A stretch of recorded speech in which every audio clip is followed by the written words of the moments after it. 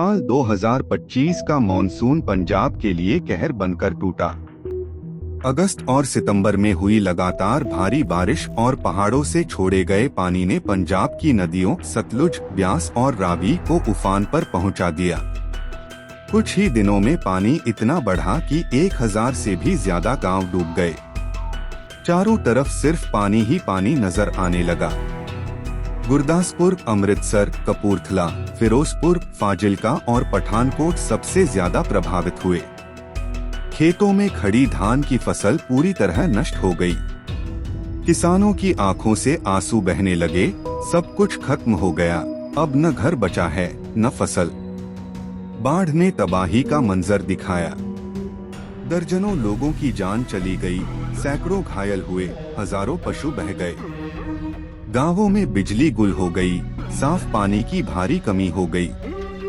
लोग कई कई दिनों तक घरों की छतों पर फंसे रहे। ऐसे कठिन समय में सेना, एनडीआरएफ, एसडीआरएफ और बीएसएफ की टीमें राहत और बचाव कार्यों में जुट गईं। नावों और हेलीकॉप्टरों के जरिए लोगों को सुरक्षित जगहों तक पहुंचाया गया। हजारों लोगों को राहत शिविरों में लाया गया, जहां भोजन और दवाइयों की व्यवस्था की गई। खालसा एड और अन्य एनजीओ ने भी जरूरतमंदों तक मदद पहुंचाई। प्रधानमंत्री ने राज्य के लिए मदद का ऐलान किया और 1600 करोड़ रुपए की आर्थिक सहायता दी।